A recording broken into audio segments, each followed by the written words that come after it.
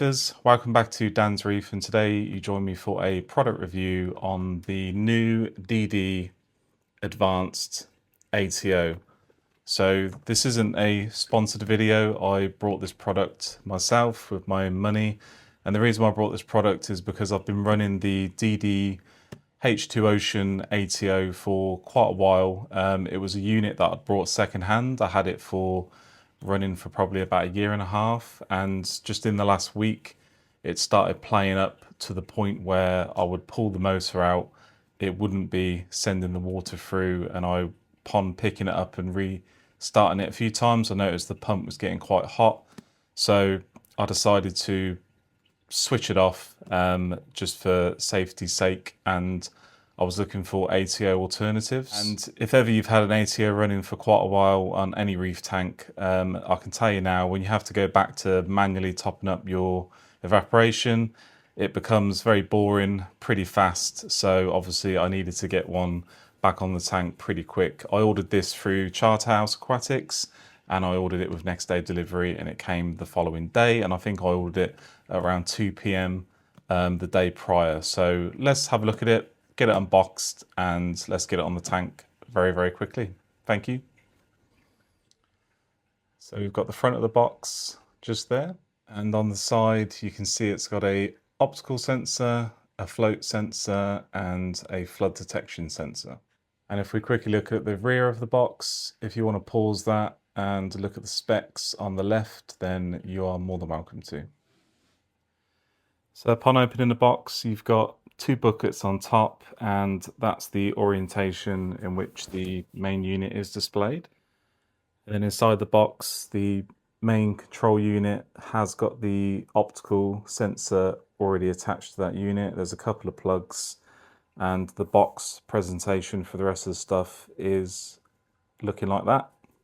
So box contents, obviously you've got the optical, which is already wired directly into the controller. You get two plugs, so you get a UK and a European plug. We get a nice clear bracket there, which I'm not sure what that's for. I'm presuming that's for the hose to go in, and the hose is actually just there. You also get two magnetic hoses. These are considerably better build quality to what you got on the original H2 Ocean auto top off. The motor is just there, and you've got your float switch, and then you've got your external water detector sensor, which you can actually screw in, or you can just have it resting with the two prongs facing down in your cabinet. And then just in the white box, you've got the power, and obviously you can put your attachment onto that also. So I just wanted to do a little comparison between the old H2 Ocean pump and the newer version, and as you can see, it is considerably larger. But then interestingly, if you actually look at these specs, so the actual litres per hour on the original unit is 280, and on the new one it's 270, even though it's a bigger body housing for it, which is quite interesting. And then what's also interesting, if you take off the end housing for the new pump, it's got a little foam sponge in there, and then rather interesting, the actual intake is now got two screws, and that's actually pointing downwards for it to draw in from as close to the bottom as possible. So that's going to let you allow to run your ATO, whatever container you've got it in.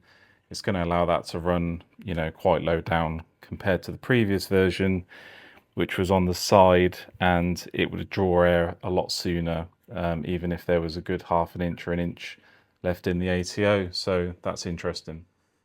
Then if we look at the manual for the setup, you can see on the right hand side it's showing your ATO reservoir. There is a siphon break as well that we've got to put in. It's got your clip that goes over the edge of your sump for the hose. The only couple of things to note really is in terms of the actual sensors, so the float switch and the optical, you can see that diagram there with the red cross through it. So what that's basically saying is don't orientate the sensor in the bracket like that. So how it's supposed to be is like this. So it's got to be like that, pretty much.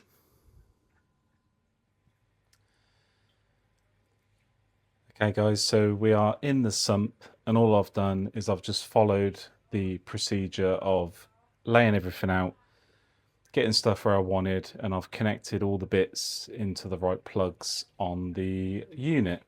So the only annoying thing is I did want the actual unit, so I've got it over here, just mounted on that side. I did actually want it over here because of the optical and the float switch. I thought it would be better to have it all over this side because I wanted to keep the external sensor down this side as well. However, the actual motor cable, so the actual pump is in there. I haven't shortened the tubing yet, and I haven't put in the siphon brake yet, but that's right at the back of the cabinet. It goes through that hole, comes straight to this side, but the motor cable only reaches to where this unit is here, so it won't actually reach all the way around the sump, which isn't actually that far because the other optical and the float switch reach over there. So I've ran them round the back of the drain, back of the UV, and just coming back around the side. But yeah, it's just too short, which is really annoying. But then on the flip side, if you look at the amount of external cable I've got for the external sensor, which also runs all the way around that side and ends up there, I've got about, I've got another 2 meters of cable for that, but they couldn't have given you another meter for the pump cable. So that's really annoying. So just bear that in mind, because literally it's only going from the back of that cupboard over to this side, and that's about all the length you're going to get. So it's not very long at all, which is a little bit annoying. Everything is plugged in. I've just got to plug the power in. The optical and the float switch are this side, and the external one is down there. So what we'll do, we'll get it plugged in and we'll see what happens. Right, so all I'm going to do is just plug it in and see what happens.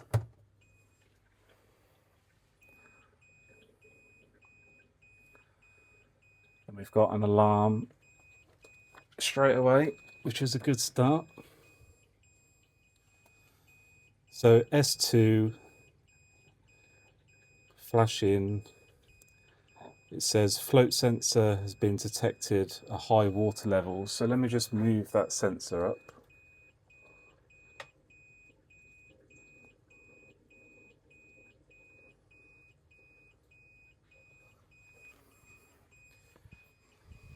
Which hasn't fixed it. Right, so I actually figured it out, which took me a minute to realise. But from the very beginning, where I was telling you not to mount your float switch with the cross in the picture, I'd actually done that. So I've now swapped that over. So the float switch now looks like that. It does have to be above the optical sensor. And the optical sensor, I put it level with the water line, which is what it says in the picture. So let me just plug this back in and we'll see what it does. So we've got no alarm this time. And that seems to be working. So I wonder now, I do need to bring my level up just slightly. So I'm going to just lift the optical sensor up just a tiny bit. And I'll see if we can trigger a fill. So there you go. I've lifted it up just a tiny bit. The blue light comes on to fill.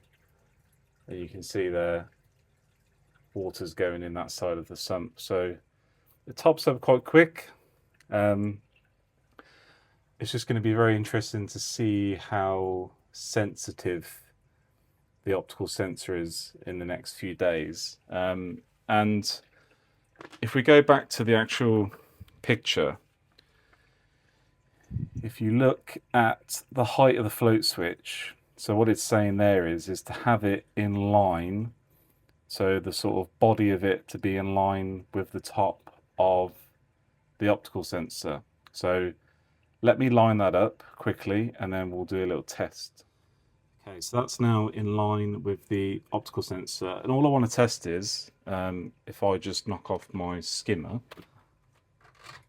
is I just want to test what's going to happen. Just get that light back on. What's going to happen when you switch the return pump off? So is it then going to trigger that float switch, which is going to trigger the alarm? So let's just cut the return pump, and that's going to raise the level. So yeah, as soon as that starts raising on top of that,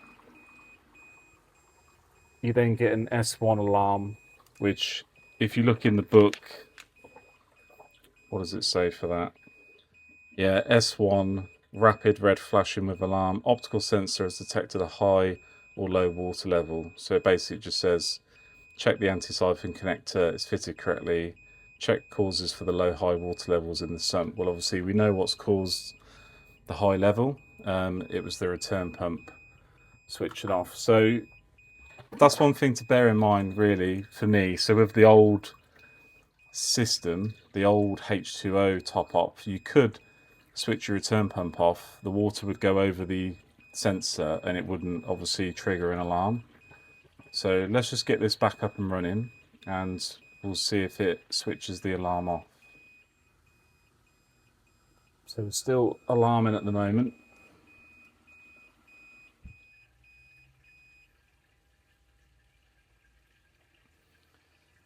Okay, so that took about a minute for the return pump to be back on and for the water level to drop to where it should be on the optical, for it to switch the alarm off. And now that's gone off, we are back to just a green light. So there's no buttons on this controller, it's literally just the LED lights and there's a little circle in the front, and I'm presuming that's where the speaker sound comes out from. So we're all set up, that's the positioning. So basically the float switch is just like an emergency alarm. If the water level goes above the optical, it will sound that alarm. But really the main source of the sensor and where you're sort of going to get the most alarms is going to be on that optical. So obviously it's got a level set in the center, which is like a black line, and then obviously there's going to be a tolerance above it and a tolerance below it. I think it's just going to be interesting to see how sensitive it is, because as you know, sometimes with sumps the water level can fluctuate, so it doesn't only go down with evaporation. Occasionally, my sump anyway, the water level can actually go up slightly. So it's going to be interesting to see if I get any alarms go off, but we will have a look at that. And the only other thing you have to do per the instructions is put that siphon brake in it. So I haven't shortened the hose, I'm not particularly bothered about that at the moment, but I've put the siphon brake in above the RO chamber, and that's what it says you have to do in the instructions. And if you look at that on there, it says the siphon brake must be higher than the water level in the reservoir. So that's fine. As long as it's above your maximum height of your ATO level, you should be good.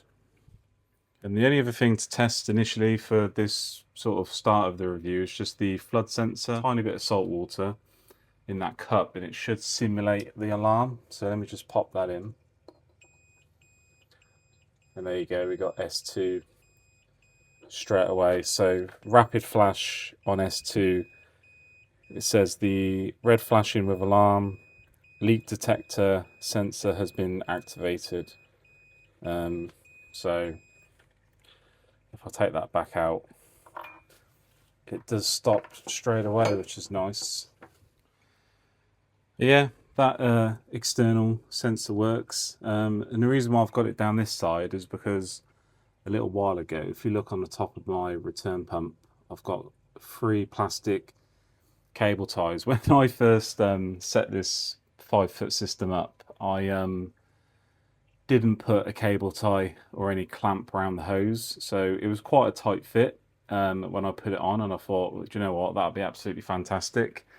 Shouldn't need to put anything on it. And then after a couple of months, I was in here doing some maintenance. It might have been when I was fitting the first, putting the first UV on it, because I moved it over from the old tank, and I was just messing around. I must have knocked the the main pipe going back up to the tank, and obviously it knocked that return pump. And then I had a fountain of water coming up to the height of where this Titan UV is on the right hand side, and it was spilling all down the side of this sump, and I had water coming all out the front here. It was an absolute nightmare. So for me, on my previous endeavors, that's why I've decided to put the float switch down. Sorry, not the float switch, the external alarm sensor down that side. So that is everything tested. The both the optical and the float are in their positions. I do like the new magnetic holders. They are much improved to the old ones, so that's a plus. I've tested the external sensor, as you just saw, and that obviously works. The only thing I've got to do now is tidy up the excess cable for that sensor, which is absolutely ridiculous. I mean, that could fit on a 10-foot wide tank, and you could have it either end. I think the only shame is I did want this unit over on this side, but because of the pump wire length not being long enough, I've been limited to keep it on that side. But apart from that, we're all up and running. I'm going to check my salinity now and see what we're running at after my 2 days of manual top up, which has been an absolute pain in the backside. But yeah, I'm going to test that and I will report back to you.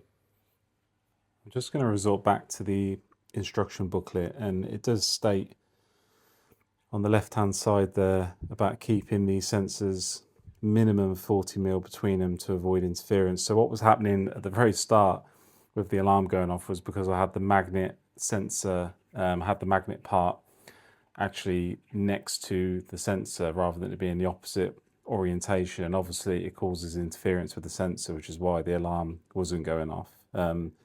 But if you want to pause that and have a read of that, you're more than welcome. And then this side, you've just got obviously what your fault codes, not fault codes, but your alarms are going to be.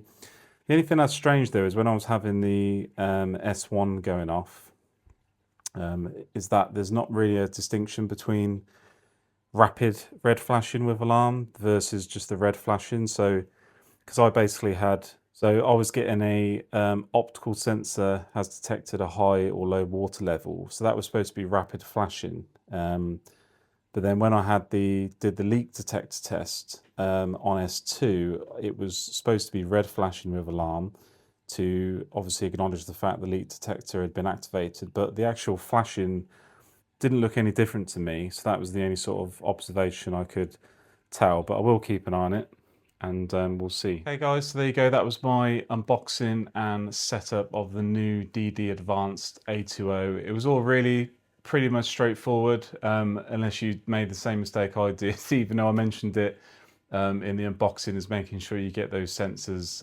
orientated correctly on the magnets. And after looking at the reading, it says about keeping those two sensors 40mm apart from each other to avoid interference, and it's obviously to do not just the sensors themselves but the actual magnets. So the way I had it orientated with the magnet being on the back of the float switch was obviously causing it to cause an interference, which was then causing the alarm when I first switched it on. But yeah, when I first switched it on and it was alarming straight away, and I was looking at it thinking, well, it shouldn't be because it's set to where you'd think it would need to be. I was a little bit like, is this going to be the start of just constant alarms? I'm hoping that's not going to be the case. I'll run it for the next few days, probably a week, and then I'll come back to you in a minute and I'll give you my sort of final thoughts on this DD Advanced Ato. Thank you. Here we are guys, we are now a week on from the original install, and what are my overall thoughts on this DD Advanced Ato? Has it kept me up at night? Have I been getting up to numerous alarm calls and you know, really affecting my sleep? And although I do look fairly tired and haggard, I am pleased to announce it has nothing to do with the DD Advanced Ato. It's been absolutely faultless. I've had no problems with it since setting up at all. It's been phenomenal in a way. It's done exactly what I hoped it would do. The installation was easy, and since I've set the level in the sump, even a week on, when I checked on it today, the level going over the last chamber, from the middle chamber into the last chamber, is exactly the same height from when it was when I set it up. So salinity has stayed bang on where I need it to be. When it tops up with the cabinet doors shut, I can just about hear it. I can just about hear the pump topping up, but it's not loud by any means. And that's when you're sat in a room with nothing else on in the background apart from the actual tank itself. And as I said, there's generally always some sort of noise coming from the the Radeon fans, or there's generally some sort of trickle down the overflow. But it's been fantastic.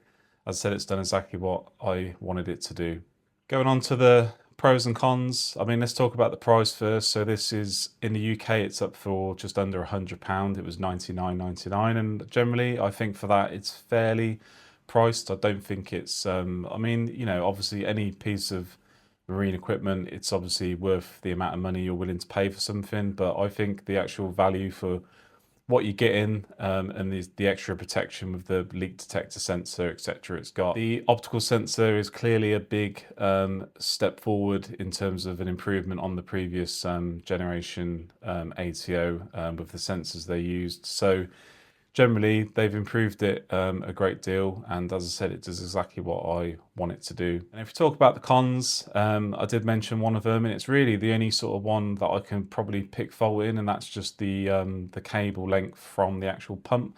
And I do apologise at the beginning of the video, I was actually saying and referring to that as a motor, so I apologise for that. But yeah, the cable from the pump, it's not quite long enough for my liking. I think it would just be nice if they'd have given you, like an extra half a meter. A meter would be great. As I said, the external leak detector has got more than enough cable on that. You could mount that on big tanks in terms of width, and I think you'd have a place for that anywhere, outside of your tank, either end of it. So that's great in that respect. The optical sensor and the float switch length, they're just about reasonable. I wouldn't necessarily want them any shorter than what they are, but they do reach, as you saw in my sump, the way that I've ran them round. So they've got enough length that you can work with those on. Anything else for the cons? I mean, this could be a con or a pro, depending on what side of the fence you're on. But in regards to the alarm, I had some people say to me that it was really noisy, really annoying. In the video, you will notice that when it's gone off in the demonstration, I don't think it's loud at all. To me, it doesn't come across loud. It's not ear piercing. It doesn't make me think, oh my God, I need to get this switched off because it's going to drive me around the absolute bend. It's audible enough that you would notice it in the sort of downstairs area, wherever your tank is.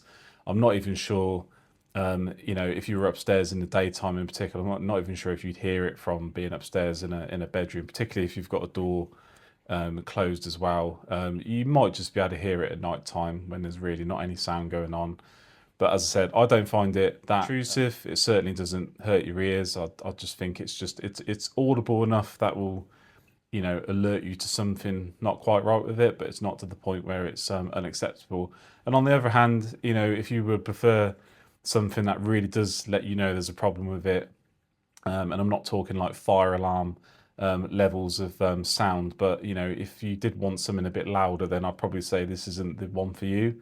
Again, I kind of feel like from a manufacturer's standpoint, from when they designed it, they clearly didn't want to make it so loud and annoying that people were going to get quite frustrated with it.